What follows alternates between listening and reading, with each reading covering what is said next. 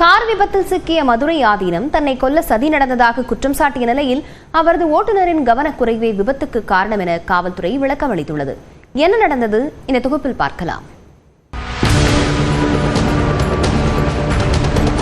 கொலை செய்ய சதி பண்ணி விட்டார்கள். தர்மியாதீனம் தான் அவருடைய ஆசை தான் காப்பாற்றுச்சு.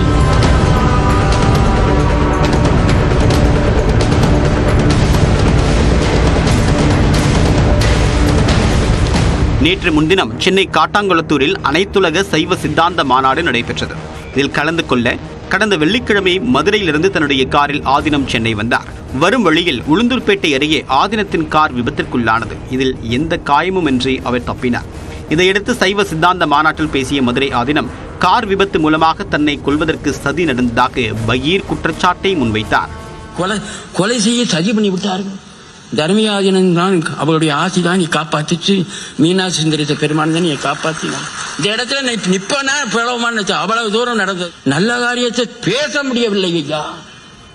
நிகழ்ச்சி முடிந்த பிறகு செய்தியாளர் சந்தித்த மதுரை ஆதீனத்தின் கார் ஓட்டுநர் நம்பர் பிளேட் இல்லாத வாகனம் மூலமாக திட்டமிட்டு குறிப்பிட்ட மதத்தினர் மோதியதாக கூறினார். இல்ல அது வந்து பிளான் பண்ணி வந்த மாதிரி. ஆமா பிளான் பண்ணி வந்த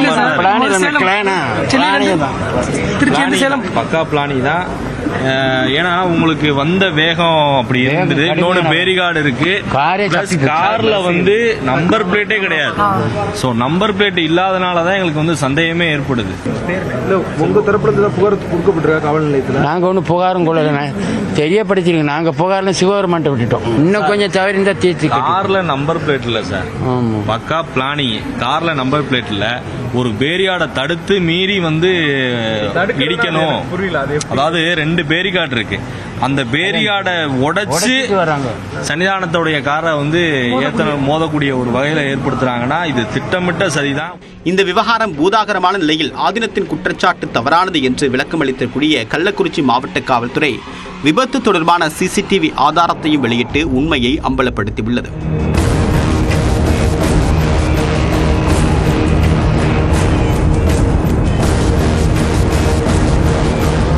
இந்த சிசிடிவி ஆதாரத்தின்படி மதுரை ஆதீனம் பயணித்த கார் அதிவேகமாக சாலையை கடந்ததும் குற்றச்சாட்டு கூறப்பட்ட கார் மிதமான வேகத்தில் வந்ததும் வெட்ட வெளிச்சமாகியுள்ளது.